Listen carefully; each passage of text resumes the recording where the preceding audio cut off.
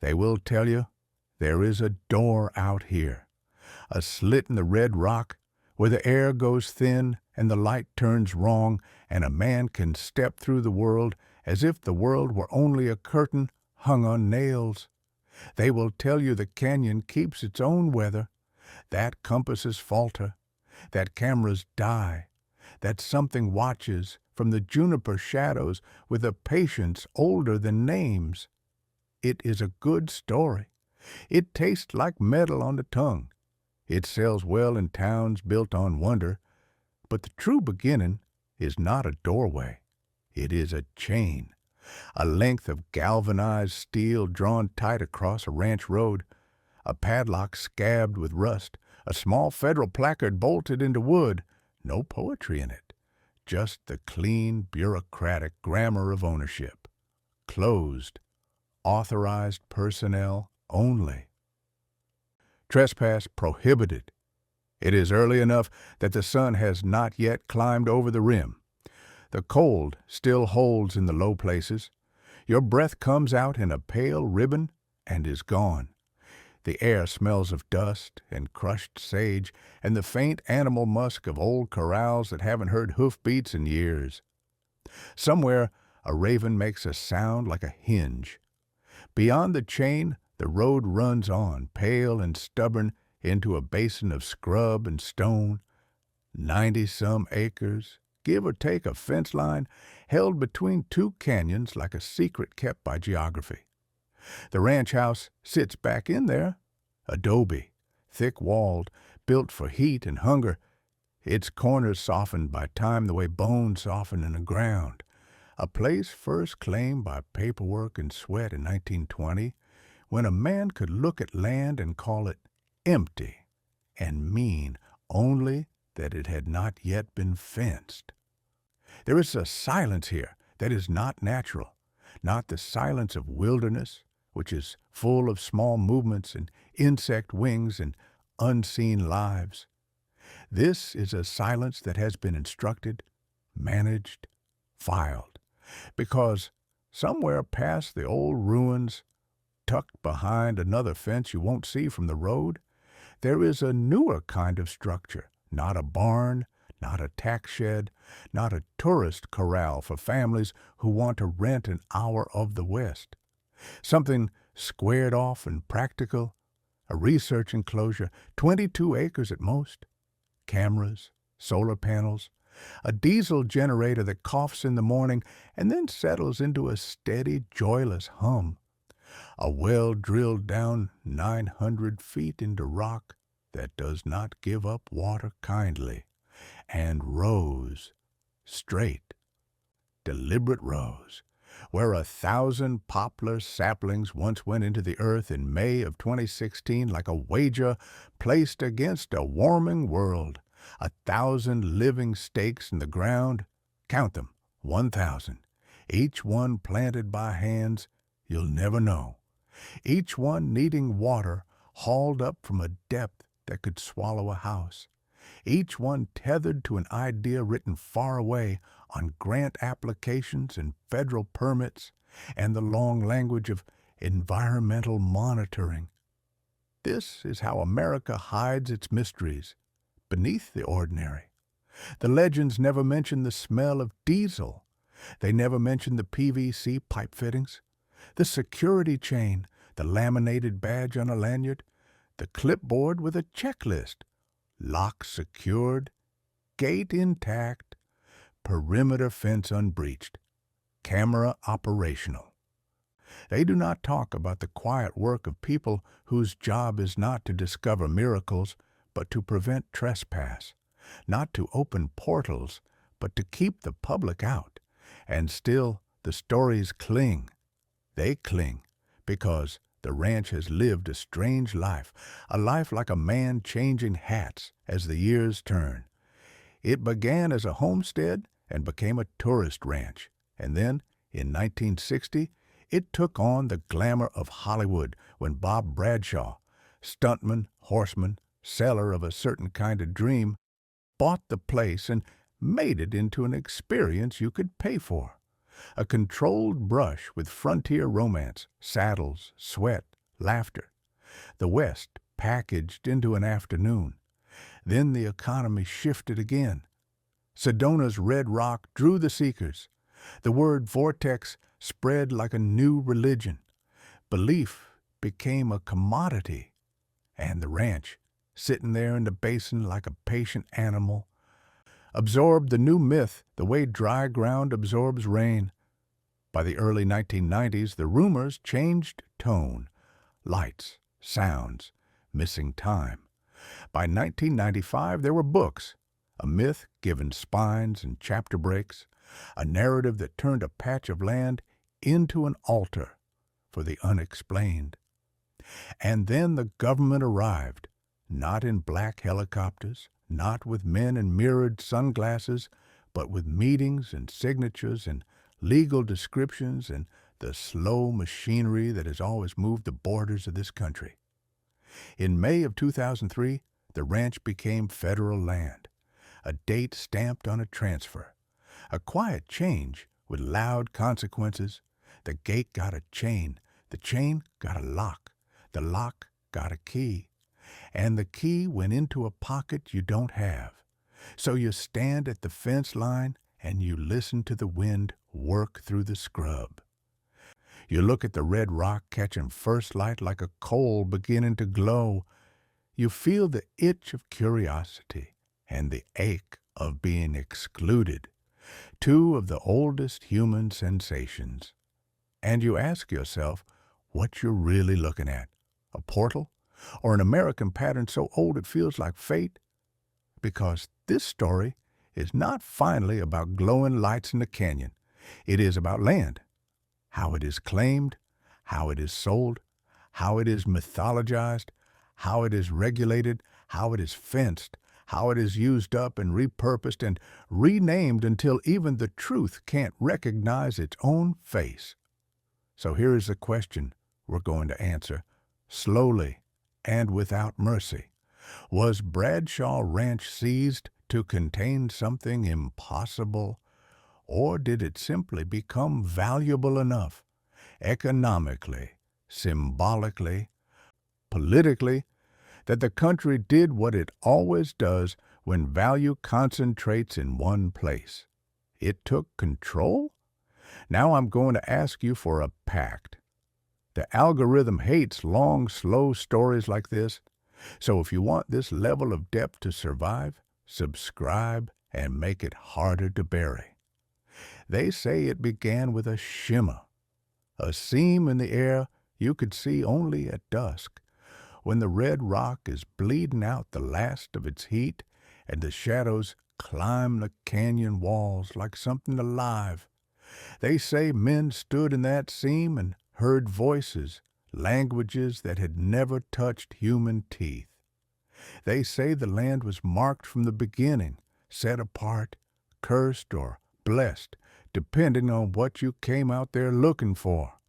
It makes for a clean origin, a supernatural birth certificate, but the truth is colder, and it is written in the kind of ink that outlasts ghosts. It began with a claim, 1920, a year that doesn't sound ancient until you remember what the country was doing then. Coming home from a war across the ocean, learning new kinds of machines, learning new kinds of money. A year when Arizona was still young enough to feel like an argument.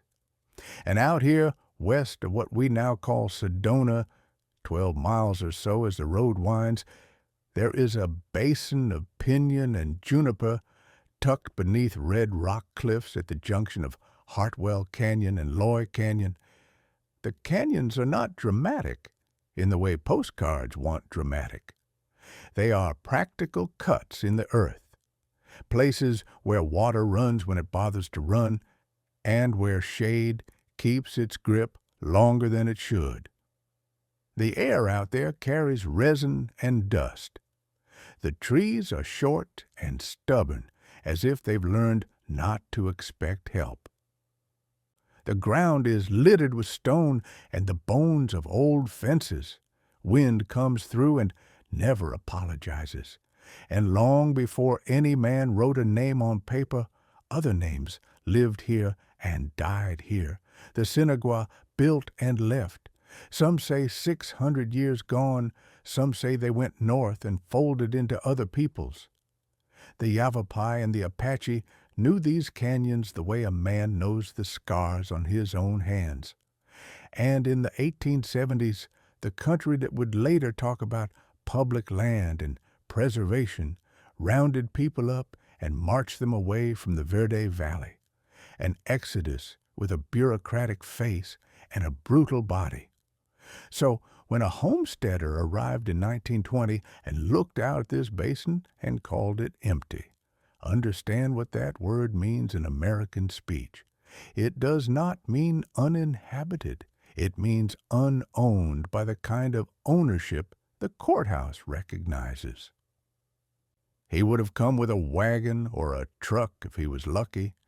He would have had a shovel, a hammer, a saw, maybe a rifle that was more tool than weapon. He would have had papers folded in a pocket, already creased from being read and reread, the promise of land offered in exchange for improvement, proof of work, proof of intention, the government's old bargain. You can have it if you can tame it. And the land does not tame easy. Picture him stepping down into the basin in the hard light of a high desert morning. The sun is clean and sharp, and it shows you everything you are up against. There is no river shining like salvation. There is no rich soil waiting to be turned. There is only the long arithmetic of water, how far down it is, how much it costs to pull it up, how many mouths it can keep alive. He would have walked the edges first. Not because he loved walking, but because boundaries matter. A man with a claim learns quickly that the world is made of lines and that lines are defended.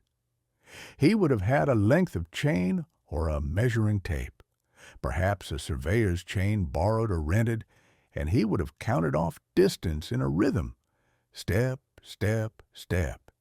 He would have driven stakes into ground that fights the nail. He would have marked corners with stone piles because stone does not blow away. And then, because paper means nothing until there is a structure to match it, he built. Adobe is not romantic when you're the one making it. It is mud and straw and sweat. It is bending over in the sun to form bricks by hand, laying them out to dry, turning them, lifting them, stacking them. It is the slow work of creating shelter out of the very dirt trying to swallow you. By the time the walls rose, his hands would have been cracked and raw. His shoulders would have learned a new ache. And when the house finally stood there, thick-walled and plain, it would have looked like it had always belonged, because adobe does not sit on the land so much as it becomes the land. That adobe house still stands, not because anyone protected it, not because it was museum quality. It stands because the desert, for all its cruelty, rewards the stubborn. It stands like an argument against forgetting.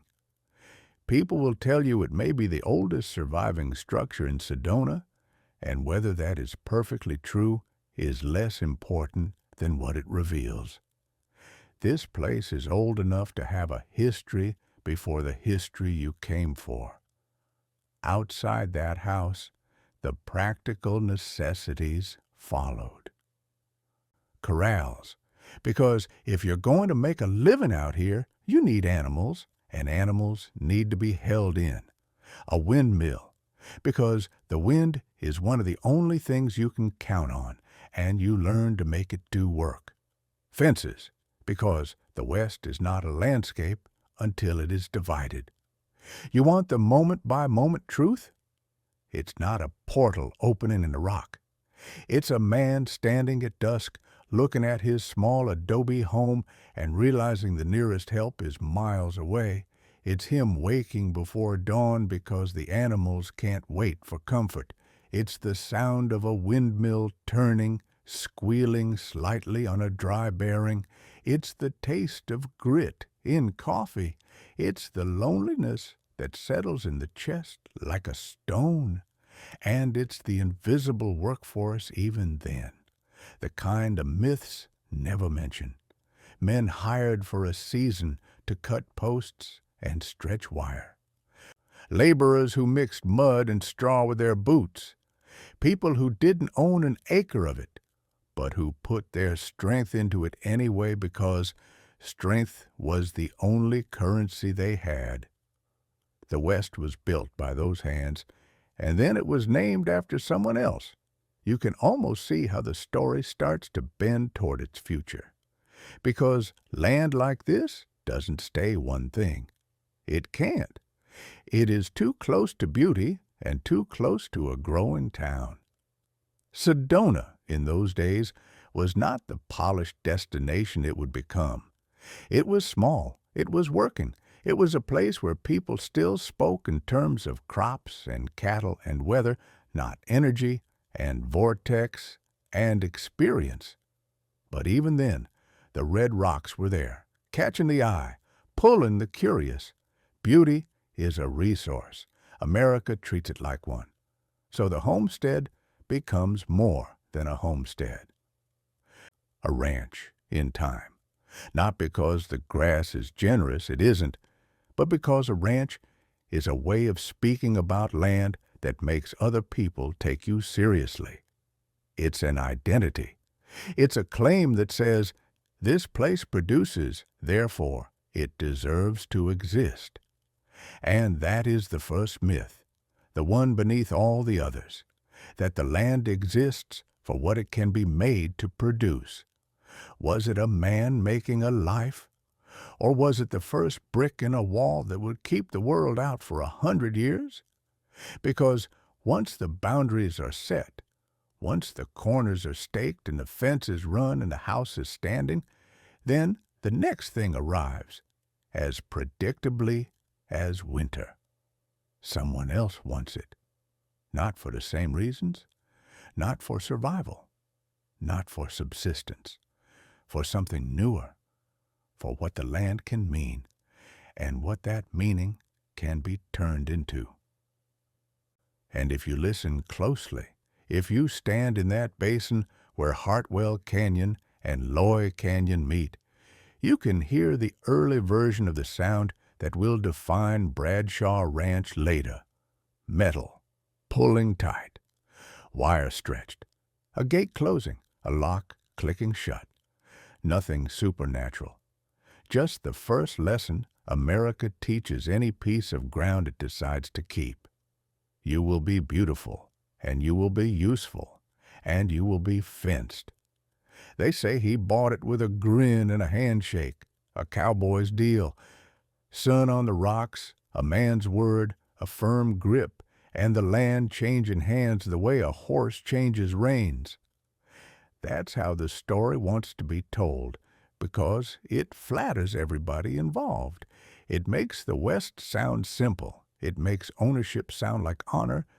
But the truth is paper. The truth is a courthouse room where the air smells like old varnish and ink. A counter worn smooth by thousands of elbows.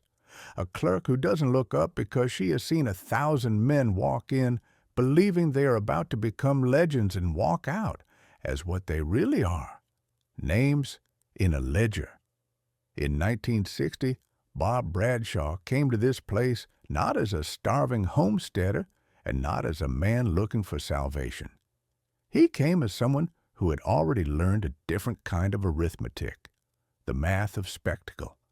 He was a Hollywood stuntman, which is a polite way of saying he made a living risking his body so other men could look heroic on film. He knew horses, he knew falls, he knew dust, and he knew better than most that the American appetite for the West was not for truth. It was for the feeling of truth. When he drove out from Sedona, roughly 12 miles west.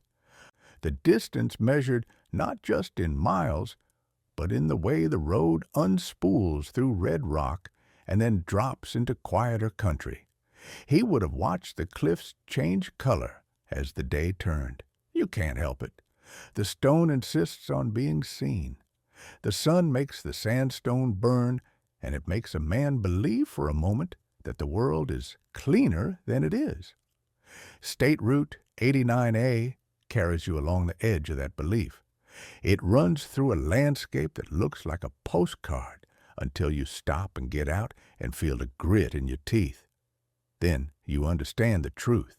The beauty is real, and it is indifferent. It will not feed you.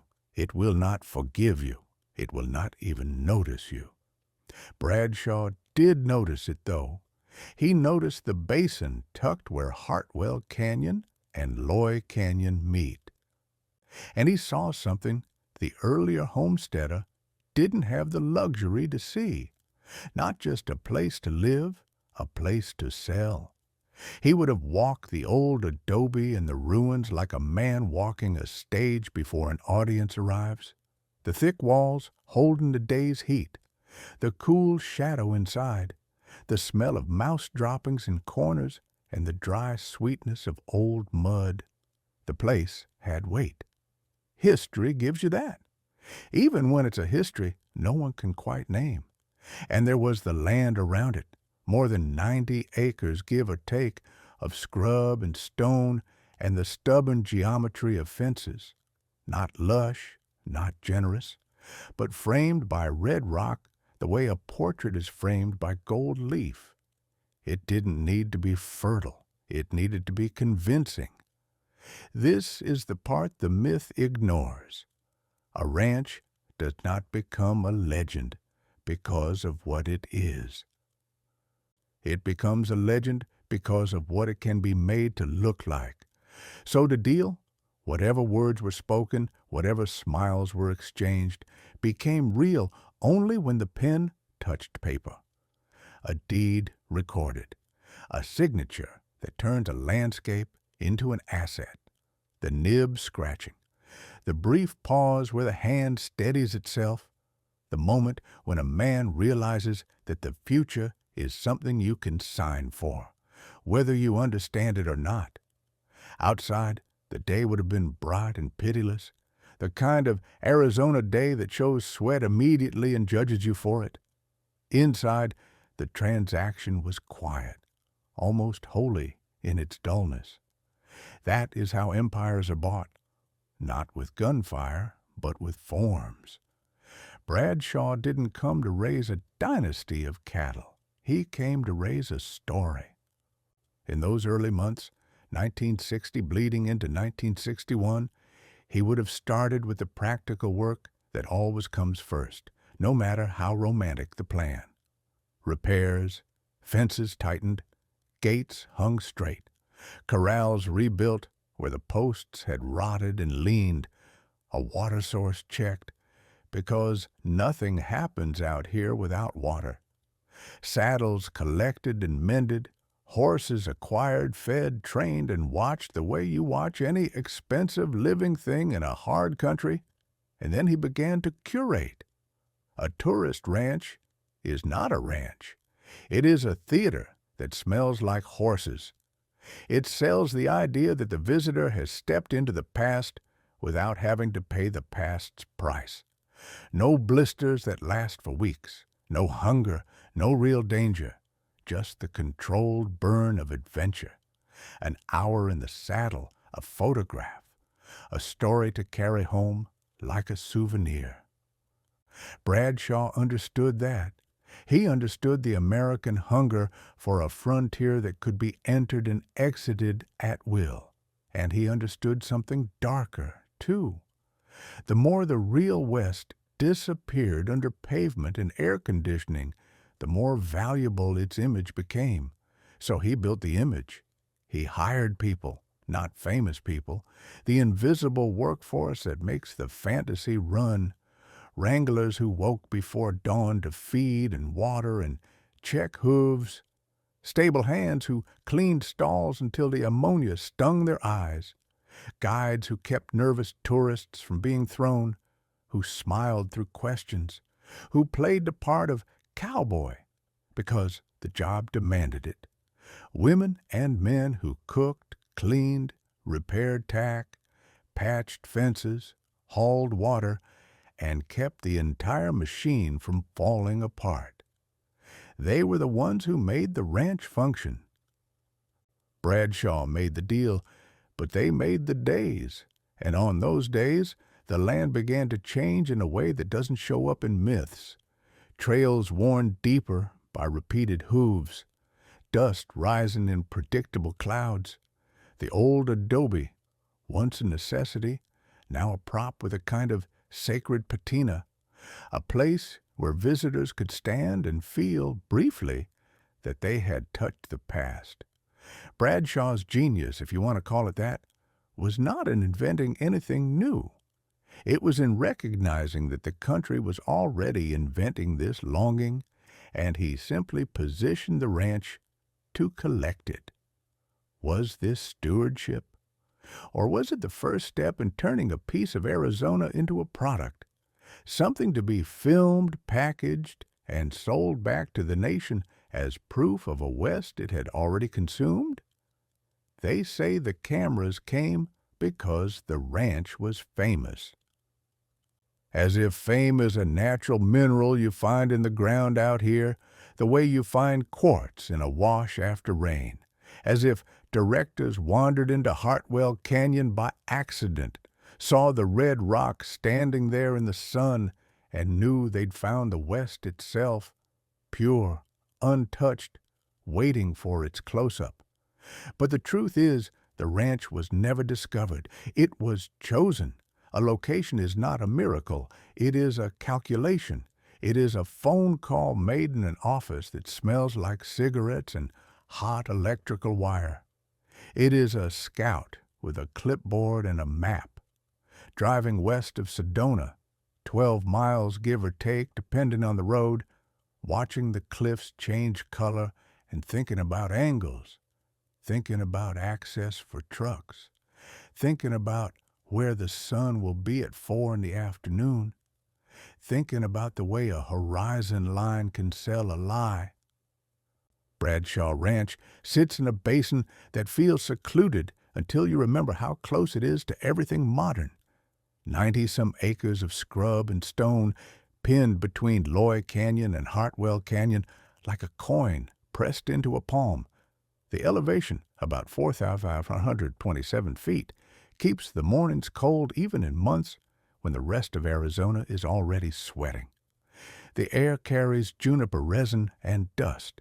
It carries the sharp, dry scent of crushed sage when your boots grind it into the soil. If you stand still long enough, you can hear your own blood in your ears. It is quiet in a way that makes a man want to speak softly. A film crew does not speak softly. They arrive before dawn, when the sky is still the color of bruised steel. Trucks first, heavy tires grinding the ranch road, raising a pale plume that hangs in the cold air as if the dust itself is reluctant to rise. Headlights cut through mesquite shadows. Men step down and stretch and spit and pull coats tight. Someone laughs too loud, and it echoes off rock faces that have never cared about laughter.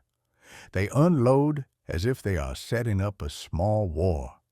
Cables, light stands, cases of equipment with metal corners and stenciled numbers, a generator dragged into place, an ungodly machine that coughs, then roars, then settles into a steady thrum that turns the morning silence into background noise.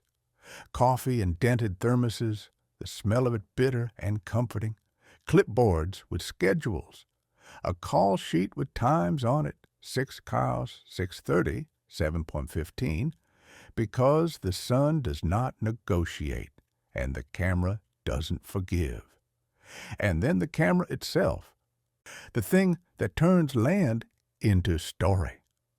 In those years, the long middle stretch of the 1960s into the 1970s, the camera is often 35 millimeters, heavy enough that you feel it in your arms just looking at it.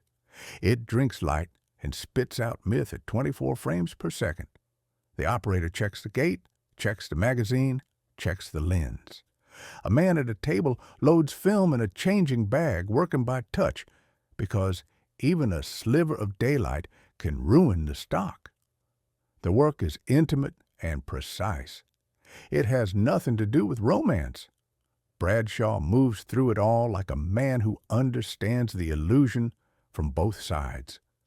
He has spent years falling off horses for other people's stories. He knows what it costs in bruises and in pride. He knows the difference between a stunt and an accident. And he knows that on a set, the difference can be as thin as bad luck. He walks the corral line checking the gates. He watches the horses, because horses don't care about cameras either, and they will step wrong if the energy around them gets strange. A wrangler tightens a cinch until the leather creaks. Another runs a hand down a horse's leg, feeling for heat, for swelling, for any sign that today might turn ugly. These are the men who keep a cowboy myth from turning into a broken neck. They will not be in the credits. They will not be remembered, but they are the ones who decide whether the day ends with applause or with blood. Someone calls for quiet, not because the ranch is sacred, but because sound is money. Even if the scene will be dubbed later, even if wind will make half of it unusable, habit is habit. Hush the crew. Hold the world still. The actors step into costume like stepping into a lie that fits. Boots polished to look worn, hats shaped just so. A shirt dusted at the shoulders with real dirt because the camera hates anything too clean. A prop rifle checked and rechecked. Someone takes a last drag of a cigarette and tosses it into the dirt, grinding it out with a boot heel as if he's putting out a small sin. And then, this is the moment the legends always miss. The ranch becomes a machine. A man with a slate steps into frame. The clapboard snaps shut with a sharp crack that feels like a gunshot in the morning air. The director calls action. The horse moves. The actor's mouth forms words that are older than he is, words written by someone else in a room far away, words meant to sound like the truth. Dust rises on cue. It always does. The ground out here is generous with dust. Hooves hit, the soil breaks apart, and the air fills with that dry mineral smell that makes your throat itch. It looks beautiful in backlight. It makes the world seem harsher, more authentic.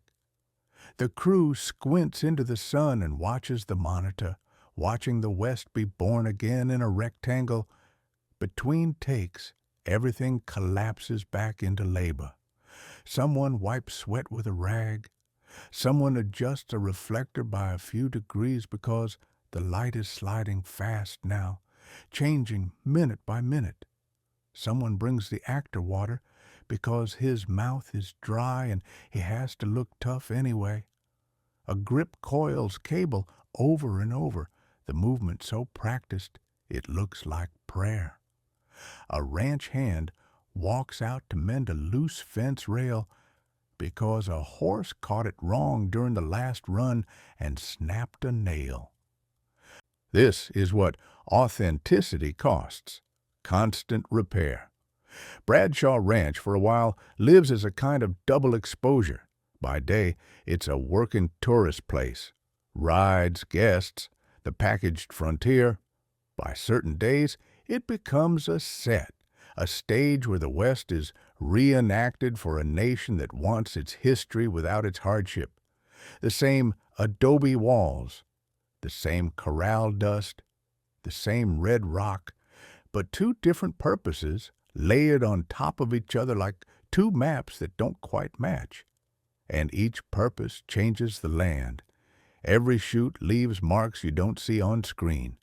Ruts from truck tires, trampled patches where crews stood for hours, nails in wood, scratches on stone. Even the quiet human insistence that this place exists to serve a story. It's easy to blame Bradshaw for selling the illusion. It's easy to praise him for keeping the ranch alive by giving it work. But the deeper truth is that he was answering a market that already existed. The country wanted the West. It wanted it so badly it was willing to pay to watch it be staged. And Bradshaw, stuntman, horseman, businessman, was simply skilled enough to provide it. Was this a ranch wearing a movie set like a costume? Or was the movie set the truest thing about it? A rehearsal for what came next. When the cameras left and a different kind of audience arrived, hungry not for cowboys but for something stranger. They say it started with a light, a white-blue pulse over the tree line that made the horses skittish and the dogs go silent and the men on the porch stare at one another as if they'd all just seen the same sin. They say 1992 was the year the veil tore. That the ranch had been quiet for decades, just adobe and corrals and Hollywood dust, and then, one summer night, something opened like an eye. It's a clean myth. It gives you a date. It gives you a trigger. It gives you the comfort of a beginning. But the truth is that nothing strange begins in a single moment. What begins is the market for the strange. In 1992, Sedona is no longer merely a town you pass through on your way to someplace else. It is a destination, a pilgrimage site for people who do not call themselves pilgrims. 12 miles east of the ranch, give or take, the storefronts fill with polished stones and incense and paperbacks promising that the universe has a plan and the plan can be purchased. The word vortex is spoken with the kind of reverence other places reserve for church. Folks arrive with rental cars full of bottled water and cameras and a hunger that isn't hunger for food. They come looking for a feeling, and the Red Rock obliges them. It always has. It stands there in the sun like a sermon. The cliffs catch light and throw it back in sheets of copper and blood. At 4,127 feet, the mornings stay cool longer than you expect, and the air has that clean, high desert bite that makes people think they've been washed. They step out of their cars and breathe like salvation is in the oxygen. The ranch sits west of that bustle, tucked down where Loy Canyon and Hartwell Canyon meet. More than 90 acres of scrub and stone and old fence lines that look like scars. It is quiet in the way quiet can feel like a dare. A place that once sold the cowboy past now finds itself surrounded by a new kind of commerce, the sale of meaning, and meaning is as hungry as cattle. On an afternoon in late summer, monsoon season, when the sky builds its anger slowly, clouds stack over the rimrock like dark wool. The heat sits heavy until it breaks. Thunder rolls without hurry. You can smell rain before it arrives, a mineral smell rising from hot stone. The first drops hit dust and turn it briefly into a scent like wet iron. Then the sky opens and the water comes hard, drumming on tin roofing and running in sudden sheets down the washes. This is the kind of weather that makes the land feel alive. It makes people talk. It makes them look for signs. When the storm passes, the world is scrubbed raw, the air is cooler, the juniper gives off a sharper resin. The ground steams in low places, and the sunset comes on fierce, a wound in the west. Coyotes start their thin singing, a raven answers, low and rude, and somewhere, maybe at the ranch, maybe on a ridge above it, maybe in a turnout along the highway, a person sees something they cannot easily name. A bright point moving wrong, a flash, a silent glow hovering where nothing should hover. It might be a plane turning. It might be a satellite. It might be lightning behind cloud. It might be the eye playing tricks after staring too long at a sunset that looks like fire. But in 1992, the difference between I don't know and I know exactly what this means has become a matter of culture. It is no longer fashionable to admit ignorance. Ignorance is an empty jar. Belief fills it. So the sighting becomes a story, not yet a legend, not yet a book, but a story that travels the way smoke travels, quietly at first, then everywhere. It moves through diners and gas stations, through riding stables and tourist shops, through the little ecosystems of people who trade in the unseen. It is told with gestures, with widened eyes, with the conspiratorial tilt of a head that says, I'm letting you in. And once a place has a story, it begins to attract witnesses. This is the part the believers hate, because it makes the miraculous sound ordinary. But it is ordinary. It is human. A rumor is not just information, it is an invitation. If you've driven all this way, if you've spent money, time, fuel, miles, then you want the land to give you something back. You want to go home with a tale that proves the trip mattered, so people go looking. They drive out toward the ranch, toward the basin where the adobe sits and the old corrals lean. They come in daylight first because daylight feels safer. They ask questions with rehearsed casualness. They want to know who owns it. They want to know if the place is open. They want to know if anyone has seen anything strange. The ranch by then is already used to being watched. It lived through the camera years. It knows what it means to be a backdrop for other people's fantasies. But this is a different gaze now. Hollywood wanted a controlled West. These visitors want uncontrolled reality. They want the world to glitch. Night comes, and with it a particular kind of silence, thick, expectant. The stars are bright in a way city people never quite believe until they see it. The Milky Way looks like ash smeared across black glass. Crickets start up. A breeze runs down the canyon and carries the smell of damp earth and manure and creosote. Someone sits on a tailgate with a flashlight turned off, waiting. Someone else holds a cheap camera, thumb poised, battery already half drained, because fear makes you forget to stop recording. A couple whispers, not to disturb the dark, as if the dark were listening. A man tells a story about a friend of a friend who saw a doorway in the air. Another man laughs too loudly and then stops, suddenly aware of how small human sound is out here. And the land does what the land always does. It offers randomness. A meteor streaks. An owl sweeps low and silent. A distant headlight skims a ridge like a moving star. Wind hits the trees and makes them shudder. The mind takes these pieces and tries to assemble them into meaning. That is what the mind is for. That is what kept our ancestors alive, but it also keeps the myths alive. In 1992, what changes at Bradshaw Ranch is not merely the sky, it is the genre. The place shifts from Old West to Otherworld without moving an inch. The same 90 acres, the same elevation, the same dirt underfoot, only now the dirt is part of a larger story people want to believe.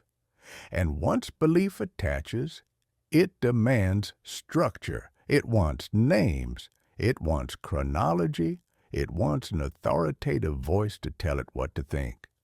So the question is not whether something strange happened in 1992.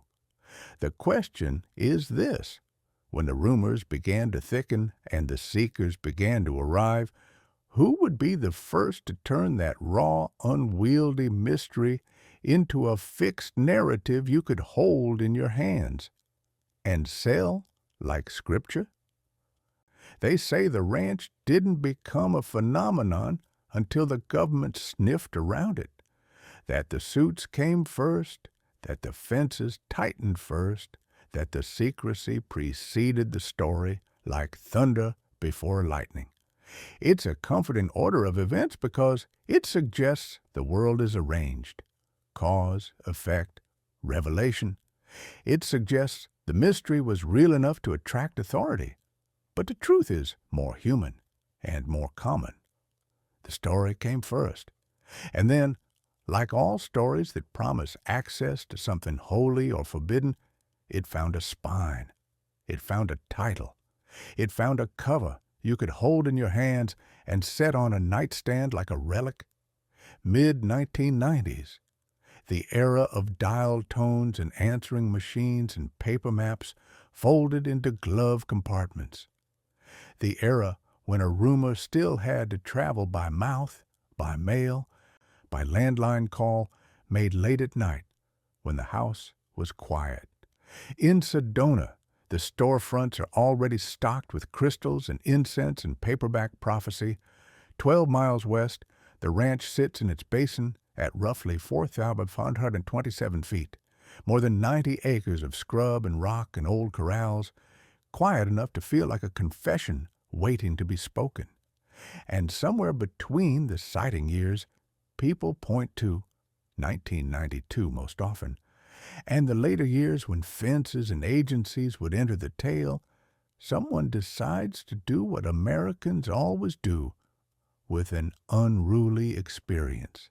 They decide to package it. You can picture it if you've ever watched a belief harden. A kitchen table under a weak light, pages spread out, handwritten notes, dates circled, names underlined twice. A cassette tape on the table with a label in block letters, Bradshaw.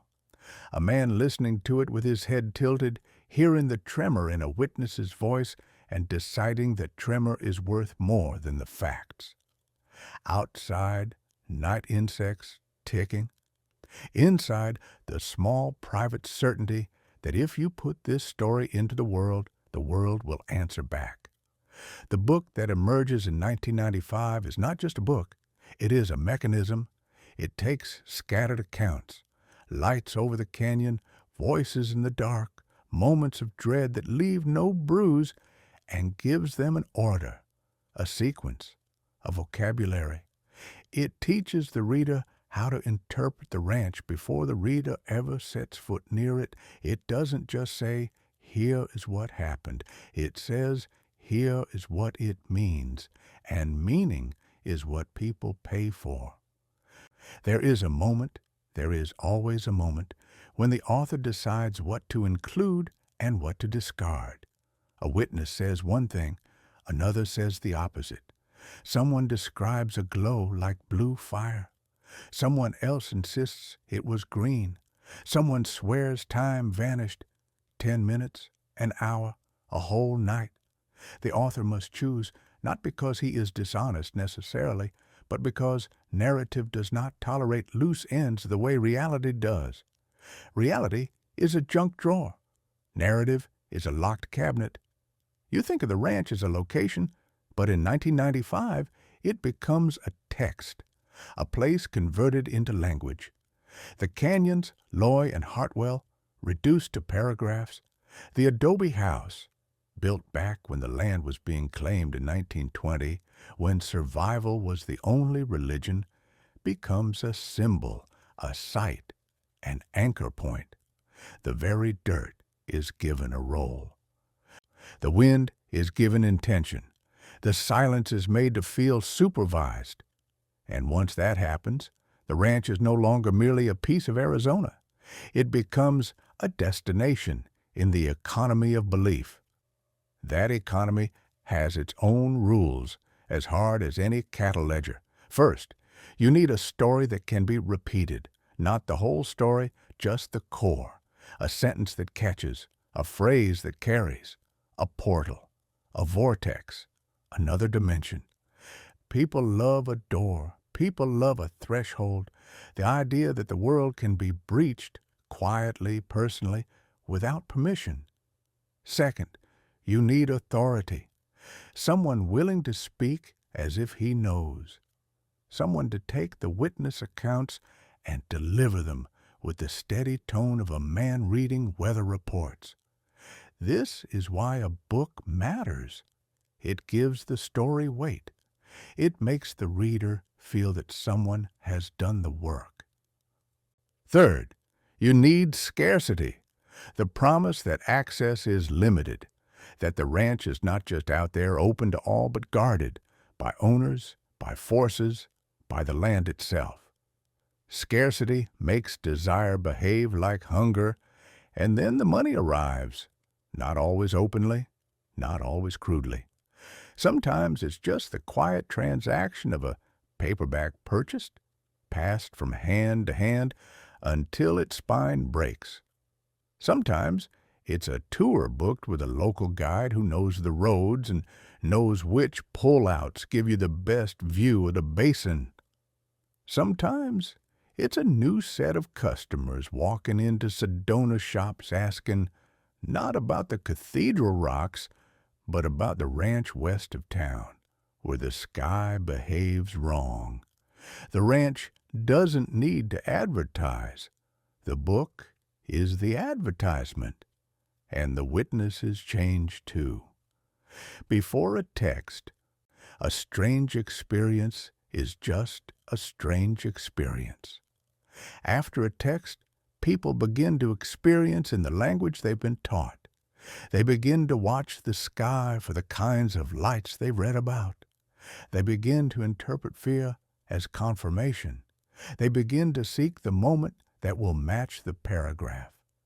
This is not fraud. It is psychology. It is the mind doing what the mind does, assembling patterns to survive, even when survival is not at stake and the pattern is a story we chose. Meanwhile, the ranch still has its ordinary life. Horses still need water. Gates still need mending. Fences still sag. A property of more than 90 acres does not maintain itself out of reverence. There are invoices and repairs, feed costs and fuel costs, the dull mathematics that never makes it into legend. And the people doing that work, the wranglers, the caretakers, the ones who clean up what visitors leave behind, are living in the overlap between two worlds. The ranch as a place, and the ranch as an idea. An idea can be profitable. An idea can also be dangerous, because once you've told the world there's a door in the desert, you invite the kind of people who don't just want to look. They want to enter. They want to test boundaries, human and otherwise. They want to push past private property the way they imagine they can push past the laws of nature. They show up with flashlights and cameras and the feverish entitlement of the curious. They come at night. They come in groups. They come alone. They come carrying the book like a map. And somewhere in all that, the owners are forced into a new posture. Not ranchers, not entertainers, not film location hosts, custodians of a myth. Was that custody an act of protection, trying to keep a fragile place from being devoured by its own legend? Or was it the beginning of something colder, the slow birth of a private royalty that would learn to live off the story while deciding who got close enough to touch it? They say the family guarded it like a crown. that after the lights and the whispers and the first book in 1995, the ranch became a kind of private kingdom, and the people inside it, owners, caretakers, blood relatives, stood watch over a secret the way a dynasty watches over a vault. They say there were rules, rituals, a code, that you didn't just visit Bradshaw Ranch. You petitioned it. You approached it the way peasants approach a gate. It flatters the myth because it flatters power. It makes the land feel chosen, and it makes the owners feel anointed. But the truth is less holy. The truth is scheduling. The truth is liability. The truth is a ringing phone that won't stop, and a woman or a man on the other end of it, one of the invisible ones, trying to sound polite while the same question is asked for the 100th time. Have you seen the portal? Can we come out at night? Is it true the government is watching? The ranch is more than 90 acres of scrub and stone, 90 some, depending on whose boundary line you're reading, set at roughly 4,527 feet, where mornings carry a bite even when the day will later turn hot. It sits about 12 miles west of Sedona, close enough to the tourist economy to feed from it, far enough to feel like you've left the world behind when you arrive. It was homesteaded in 1920, reshaped again when Bob Bradshaw bought it in 1960, and by the 1990s, it's wearing yet another skin. No longer just a ranch, no longer just a film-ready version of the West, but a node in a new economy, wonder for sale. A kingdom doesn't run on wonder, it runs on work. On a morning that could be any morning in that era, late 1990s, when the myths have already gathered momentum, you can picture the place waking up under a thin layer of cold. The junipers throw long shadows. The adobe holds last night's chill inside its thick walls. Somewhere a hose runs, water rattling through pipe, because even legends need water. A stable door opens with a familiar groan. A horse shifts its weight and blows a warm breath into the air. And then the day begins, not with prophecy, but with chores. Feed measured out, buckets filled, hooves checked, fences walked for breaks. It's the same work it always was, the kind of work that keeps a place from falling back into dirt. The people doing it are not prophets. They are caretakers, wranglers, hands, the ones who will never be quoted in the books, but who can tell you which gate sags and which horse bites and where coyotes like to slip through at night. They live beside the myth the way you live beside a highway, always hearing it, always being shaped by it, even when you're trying not to. Because the callers keep coming. They come from Sedona's storefront world. People who have already spent money on crystals and books and guided vortex hikes, who want the next rung on the ladder. They come from farther away, too, from cities where the night sky has been erased by streetlights. They arrive with cameras, notebooks, questions, and that particular hunger of someone who believes the universe owes them an experience. Some of them are respectful, some of them are not. Some show up in daylight and ask permission in voices trained to sound casual. Others creep in after dark like thieves, not because they want to steal cattle, but because they want to steal a story. They want to break the law in a small way so they can later tell it large.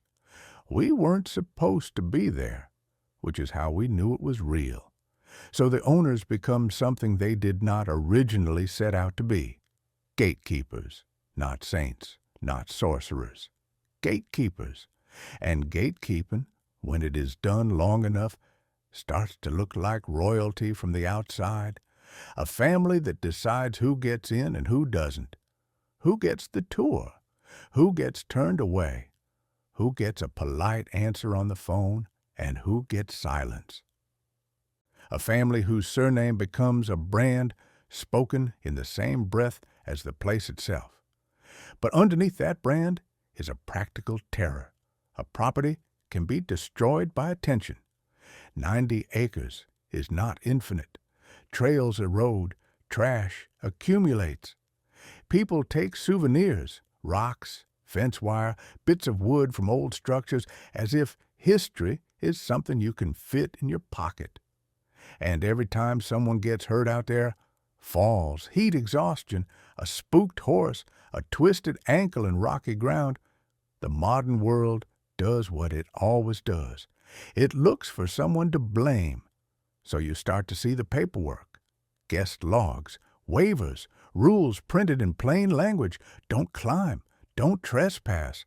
Don't enter restricted areas. Don't light fires. It's not romance. It's defense. It's a family trying to hold a fragile thing together while the surrounding economy keeps telling them the myth is worth more if it is accessible. And the law keeps telling them they will be punished if access goes wrong. And the myth keeps growing anyway, because a myth doesn't need permission.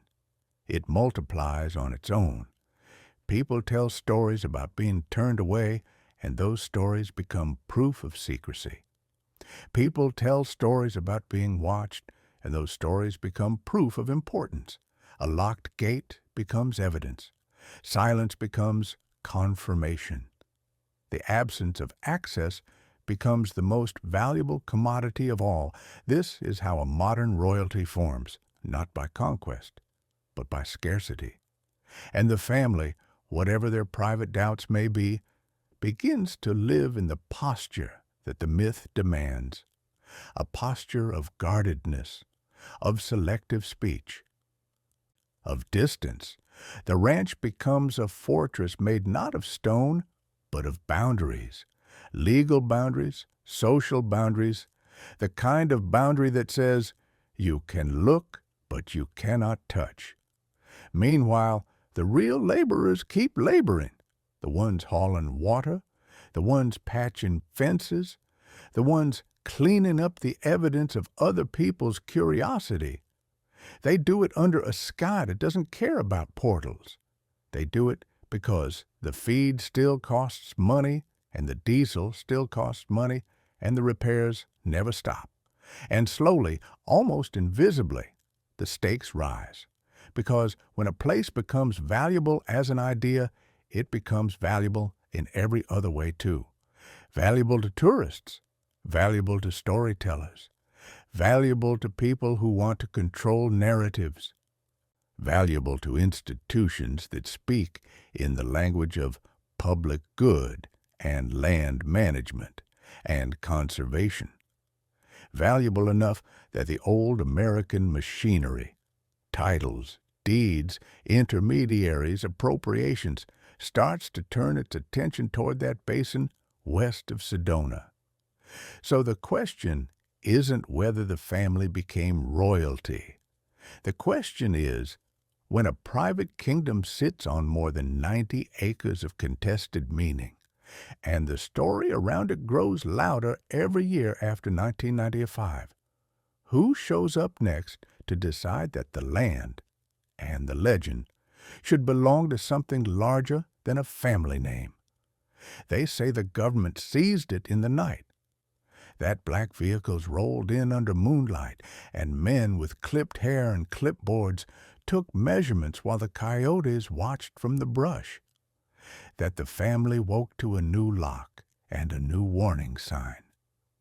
And whatever had been happening out there, lights, voices, the thin place between worlds, had finally attracted the kind of attention that doesn't ask permission. It's a thrilling story. It has the clean edges of a raid. But land doesn't usually change hands that way in America.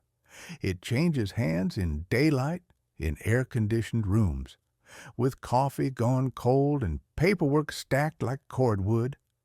It changes hands by negotiation, by appropriation, by the slow application of pressure that can be called public interest when it's spoken into a microphone.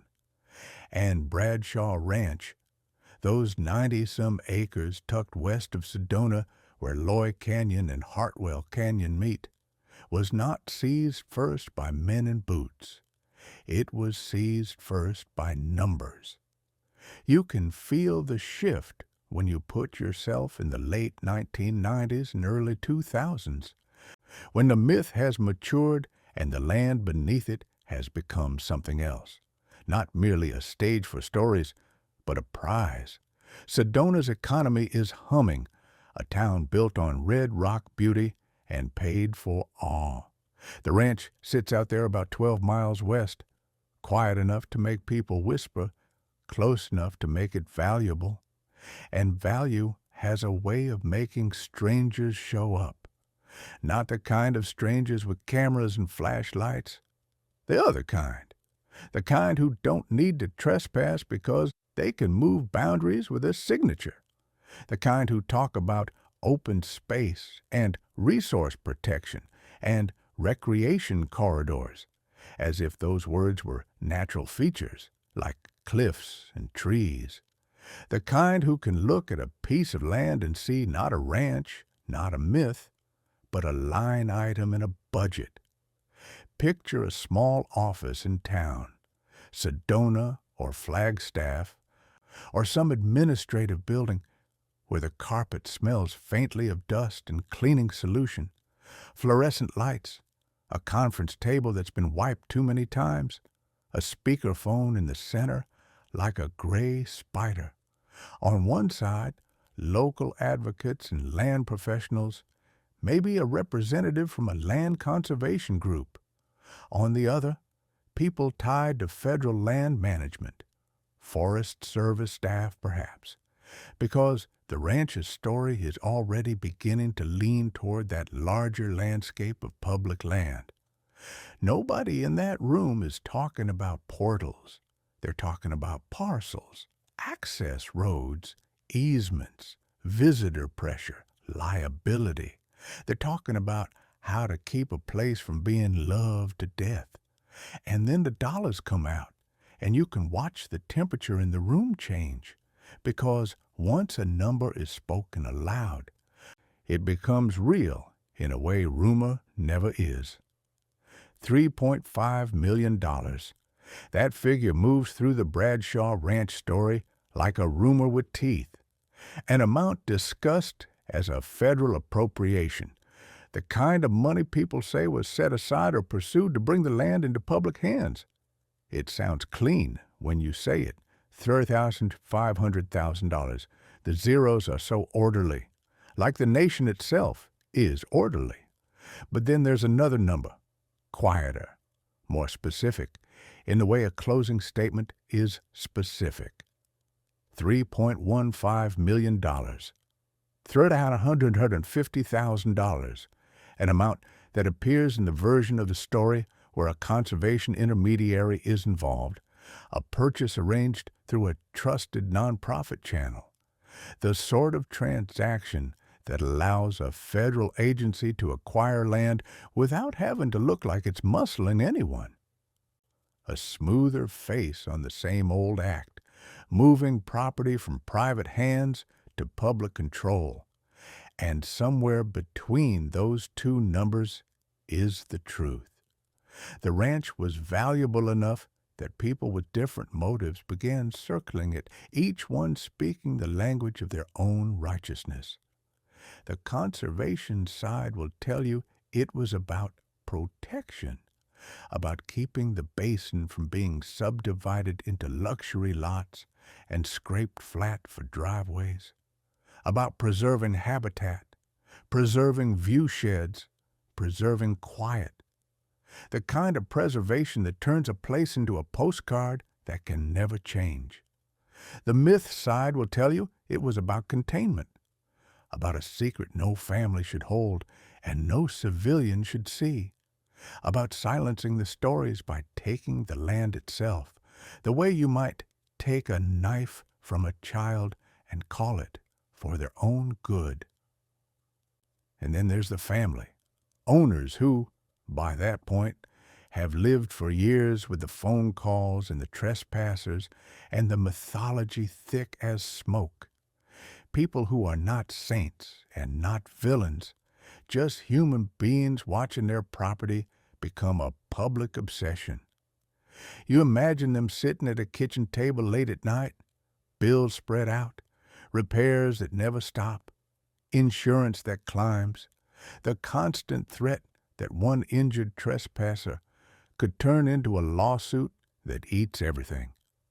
Land doesn't just cost money to buy, it costs money to keep. So when the talks come, and they always come with talk, there are choices that don't feel like choices.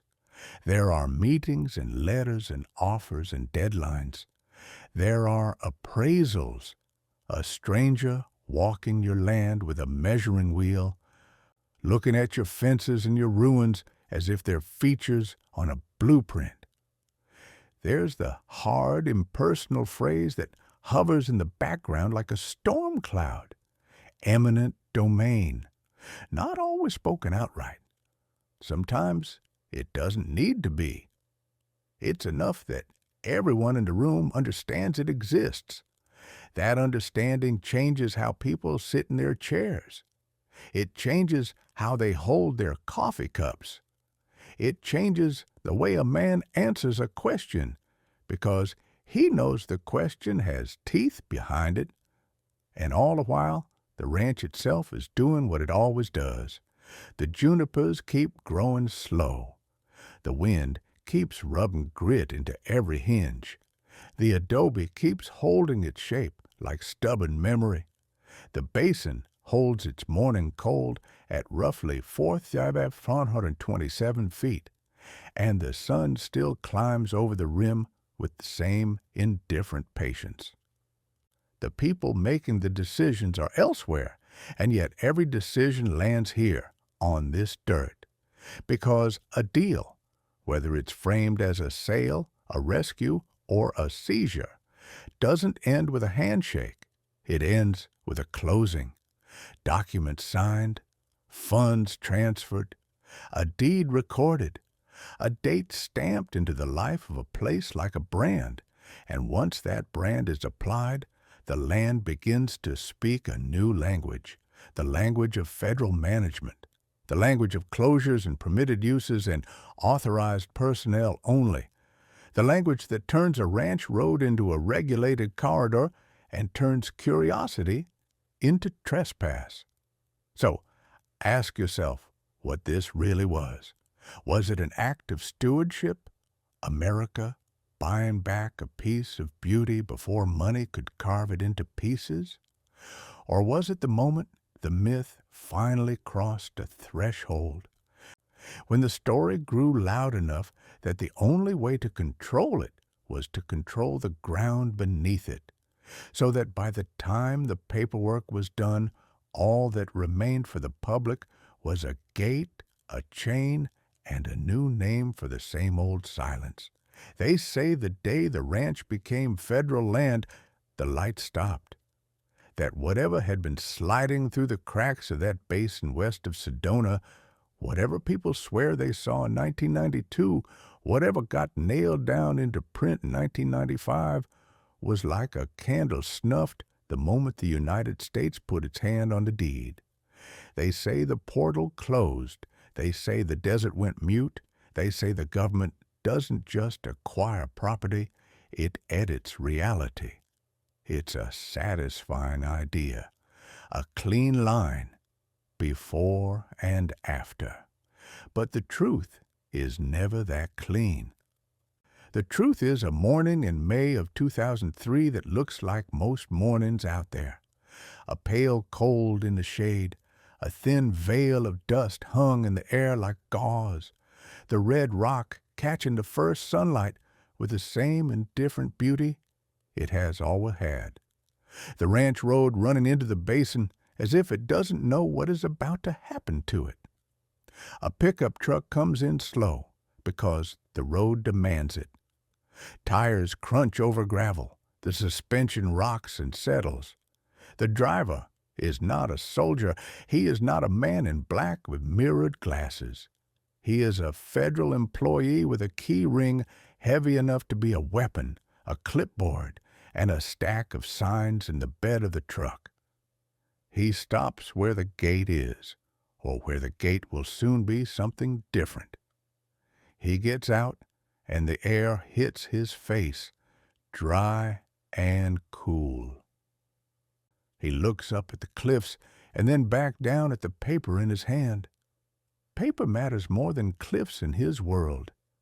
Paper is the thing that tells him what belongs to what. Somewhere in a county office, the transaction has already been recorded. Names written, lines described, a legal description that reduces a basin of juniper and wind to measurements and bearings. The land has been pulled into the orbit of the U.S. Forest Service, into the larger body of the Coconino National Forest, into the jurisdiction that can say open and closed and make it true. May 2003. That date is the hinge. The ranch has been a homestead since 1920, a tourist enterprise since 1960, a magnet for the strange since the early 1990s. Now it becomes something else, a public asset with private rules. The paradox at the heart of American land: the people own it, and the people are not allowed to touch it. The man walks the perimeter first, because that is what you do when you inherit a boundary. He follows fence lines that were once strung to keep cattle in and strangers out, and now serve a new master. He checks posts, he checks corners, he checks for the quiet signs of human insistence: fresh boot prints, a cigarette butt, a crushed beer can, evidence that the myth has already trained people to trespass. He can smell the place the way anyone can: dust, sage, juniper resin, old manure near the ruins of corrals that have seen too many seasons. He passes the adobe, thick-walled, stubborn, holding the chill in its bones. The structure doesn't care who owns the deed.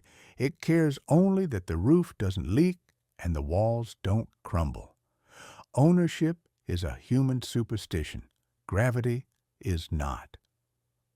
But ownership changes what humans do.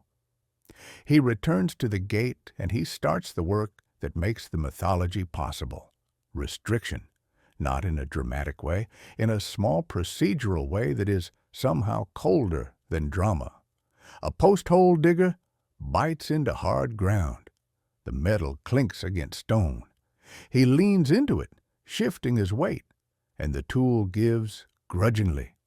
He sets a sign, federal language in blunt lettering, so there's no ambiguity about what a curious person is risking. He threads a chain through the gate and cinches it tight. The sound of metal on metal is sharp in the morning air, like a tool striking an anvil. Then the padlock, a practiced motion. Click! A sound so small it should not be able to change a place's fate, and yet it does. In that one click, Bradshaw Ranch becomes less accessible than it has ever been, even in its private years, because private owners can be persuaded. A private owner might answer a phone call. A private owner might make a deal. A private owner might say yes to the right person at the right time. The federal government does not say yes the same way. The land is now governed by policy, by liability, by the long gray language of resource protection.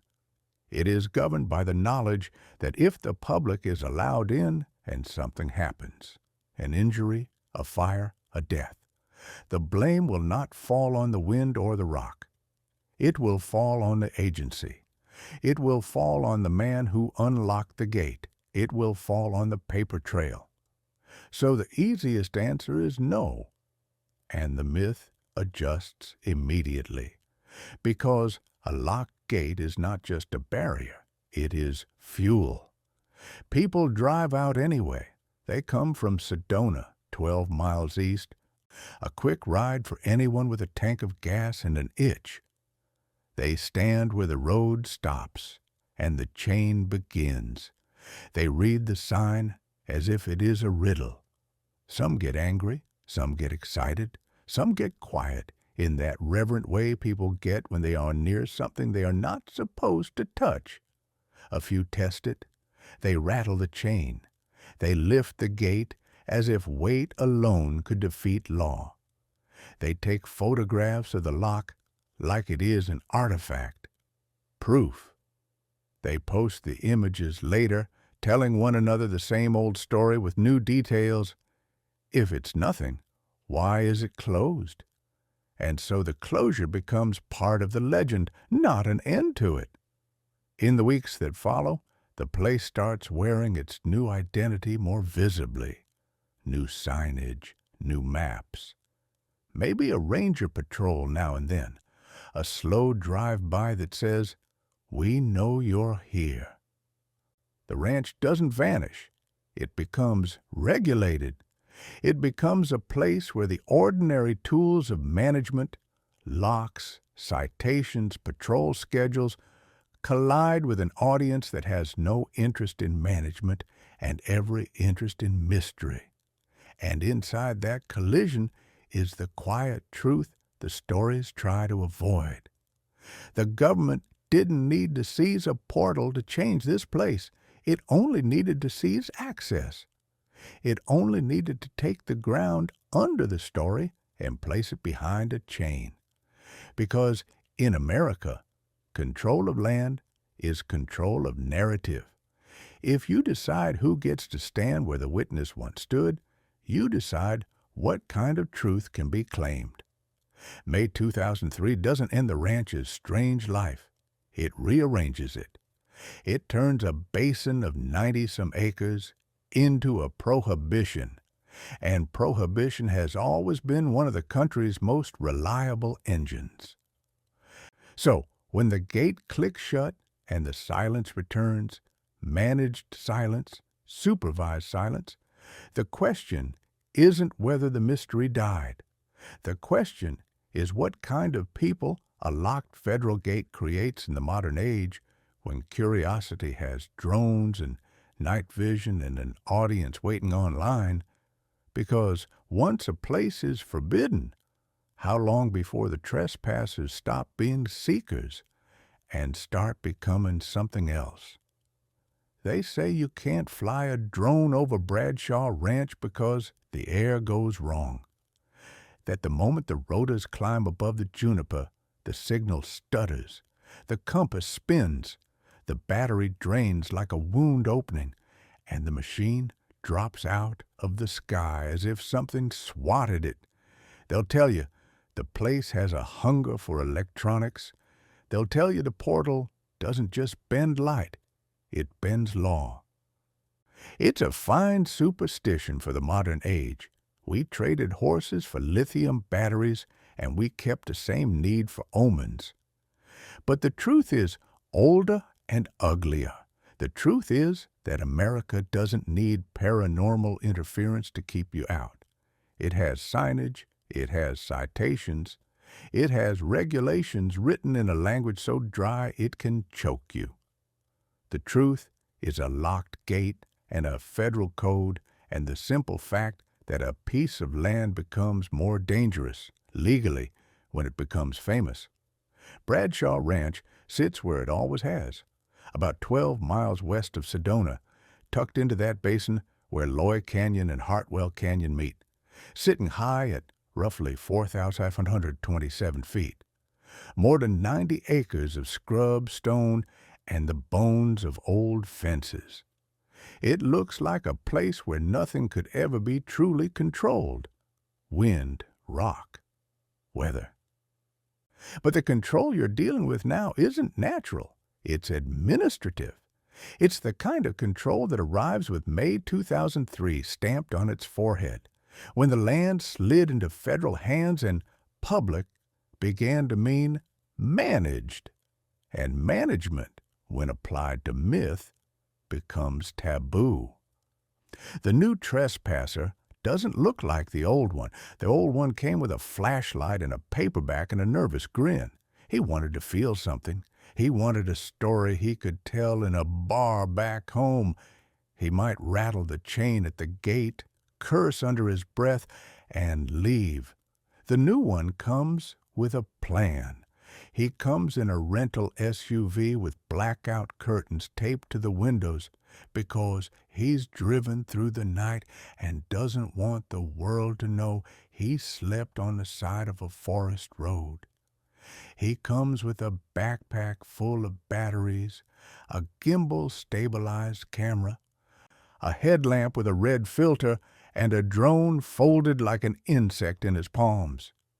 He comes because there's an audience waiting, because the internet rewards trespass the way old-time saloons rewarded tall tales. He parks in the dark where the tires won't crunch too loud. He steps out into air that smells of dust and cold stone. Juniper resin cut sharp when you brush a branch. Somewhere far off a coyote yips once and then shuts up, as if remembering the rules. He keeps his voice low even when no one is around. Not because he respects the land, because he respects the risk. The kind of risk that can be written down in a ticket book. He knows the gate is chained. Everyone knows. That chain is famous now. It's a character in the story. People have photographed it so many times, it might as well have its own name. He doesn't intend to go through the gate like a fool. He intends to go around it the way modern men always go around obstacles, through loopholes, through brush, through night. He walks with the careful impatience of someone who has watched too many others do it on a screen. He keeps checking his phone, the blue glow hitting his face like moonlight in a morgue. The map app shows him a dot moving toward a line. The dot is him. The line is the boundary. He tells himself boundaries are suggestions. He tells himself the land is open if he can touch it. The ground out here is uneven and honest. It rolls and breaks underfoot.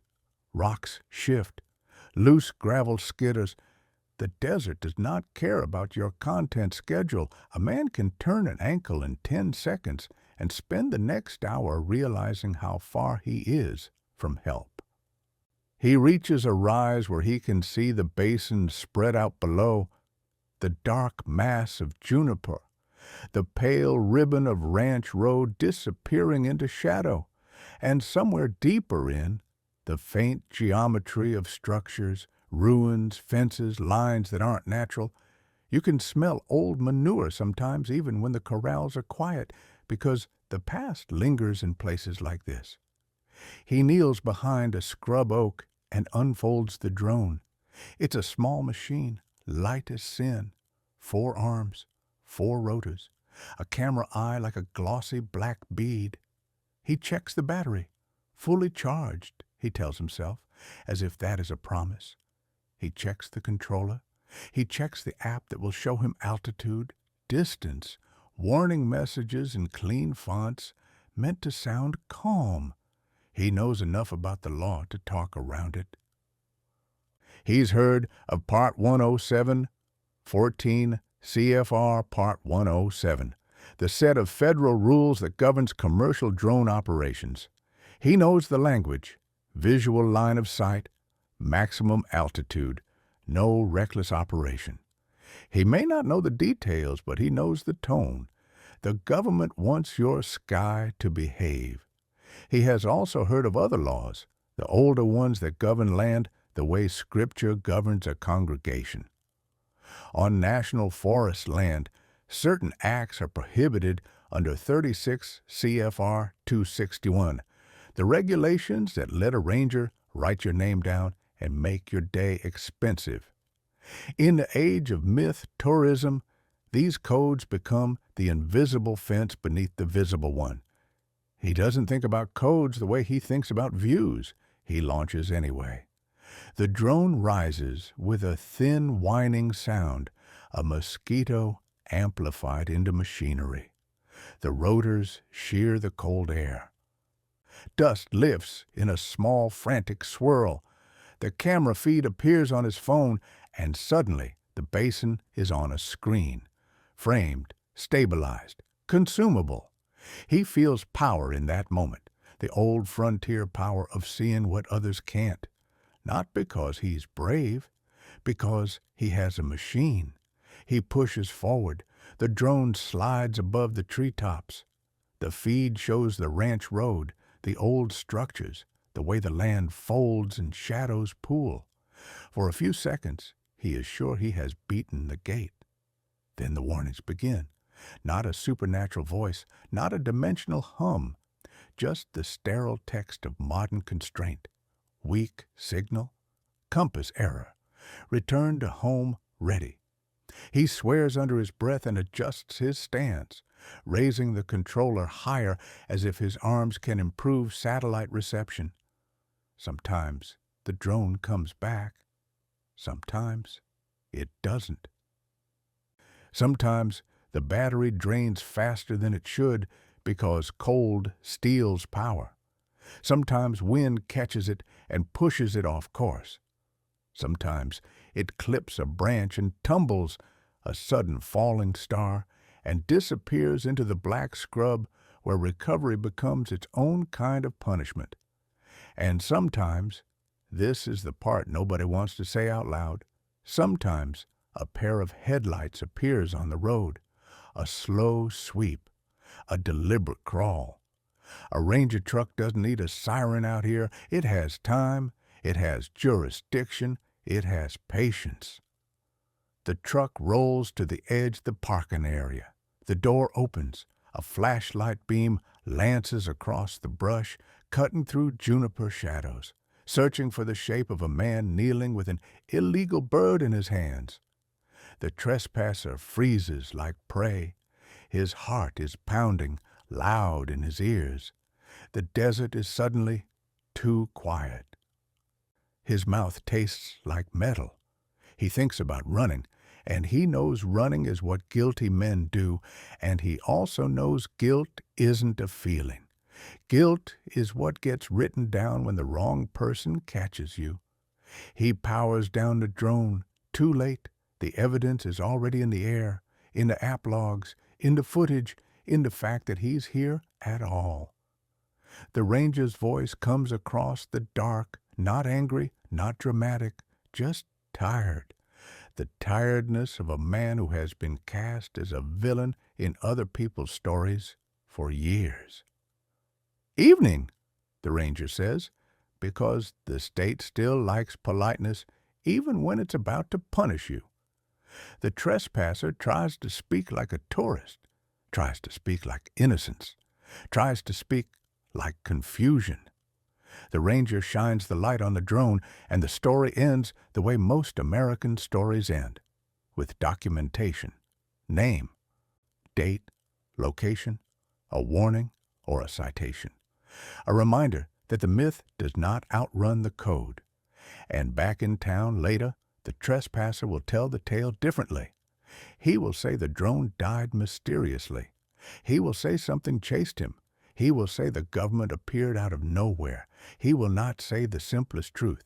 He walked into a managed place carrying unmanaged desire. Because in the age after 2003, the taboo is the product. The lock is the advertisement. Every no is a new reason to try again. And when a place becomes that kind of magnet, when it pulls in seekers, trespassers, content makers, what does the government do if it wants the story to cool down without admitting it ever mattered at all? Does it keep tightening the fences, or does it change the story entirely? By filling the ranch with something that looks like science and sounds like paperwork and makes the forbidden feel, at last, boring? They say the science is a mask. They say the government couldn't kill the story, so it smothered it in spreadsheets. They say you don't fence off a place unless you're hiding something, and if you do hide something, You don't hide it with poplar trees and climate sensors and graduate students with sunburned necks. They say the lab is theater, a new costume for the same old secret. But the truth is more humiliating than that. The truth is that the modern world doesn't need a portal to justify control. It only needs a problem it can measure. And by 2016, the problem had a name in every agency memo and every grant proposal. Heat, drought, a future that looked less like prophecy and more like a slow foreclosure. So one morning, May of 2016, a month that smells like warming stone and old dust, another convoy comes down that ranch road west of Sedona. Not film trucks this time, not tourists, not trespassers with drones and night vision fantasies. This is the quieter kind of invasion. Utility vehicles, trailers, pallets, rolls of fencing, spools of black irrigation line, plastic bins full of tools, people in work boots and brimmed hats, people with clipboards, yes, but also people with shovels. The land sits at roughly 4,527 feet, and the morning has teeth. The sun is up, but it hasn't yet turned cruel. A light wind moves through juniper and makes a soft, constant hiss. The basin holds the smell of sage when you bruise it underfoot. You can feel the dryness in your throat almost immediately, like the air is taking payment for every breath. They park near the old bones, near the adobe, near the ruins that once meant home and later meant authenticity. Now those ruins are just landmarks on a map, reference points for a work site. The first thing they do is mark boundaries. They string line. They pound stakes. They measure and measure again. They are not claiming 90 acres. The study footprint is smaller, up to 22 acres, a fenced enclosure inside a larger landscape. That number matters because modern control is modular. It doesn't always take the whole thing. It takes the part it needs. Then they build the fence, not the sagging ranch fence that keeps cattle honest. A new fence, stout, squared, deliberate, built to keep animals out and people out and the experiment in. The metal posts ring when they're struck. The wire pulls tight with a sound like a low note on an instrument.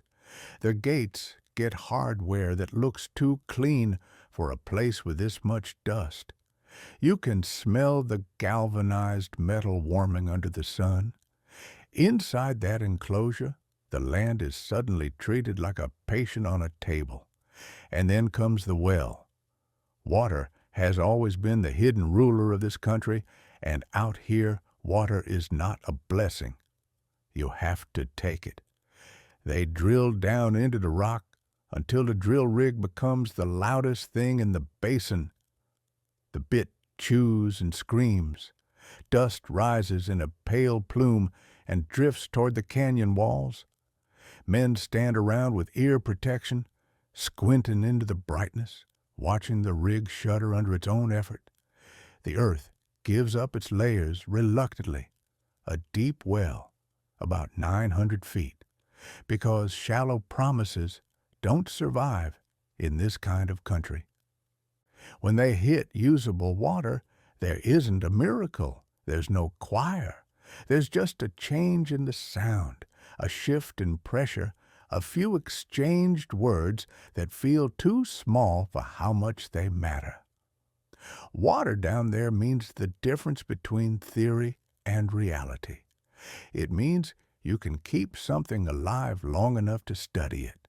They run pipe. They install pump equipment. They lay out irrigation like veins.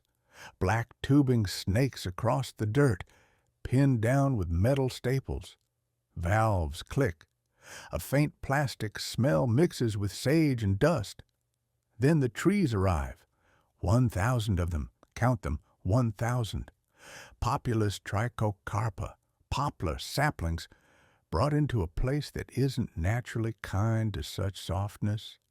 They sit in bundles, pale stems with small leaves trembling. 1,000 is not a poetic number. It's a logistical one. It's a number you can divide into rows and plots, treatments and controls. It's a number you can assign to people with shovels. You take this section, I take that one, and we keep going until the light goes. Planting is slow work when you do it right. A shovel bites into the ground and hits rock. You pry. You curse softly. You widen the hole. Someone kneels and sets a sapling in, careful with roots that look like hair. Someone else backfills, tamping the soil down with boot heels. A third person runs the irrigation line into place so the new tree doesn't die of optimism. You repeat this motion 1,000 times until your shoulders feel like they've been hammered, until your hands are filthy and the sun has climbed high enough to bake the back of your neck. And all the while, the desert watches in silence, because the desert has seen people arrive with plans before. Power comes next, because modern science runs on electricity the way old ranches ran on muscle. There are solar panels, flat, angled surfaces catching light like a practical prayer. There is also a diesel generator, because solar is faith and diesel is certainty. The generator smells like fuel and hot metal. When it starts, it coughs, then roars, then settles into a steady, joyless hum that lays itself over the basin like a blanket. The sound doesn't care about myths. It only cares about keeping sensors alive.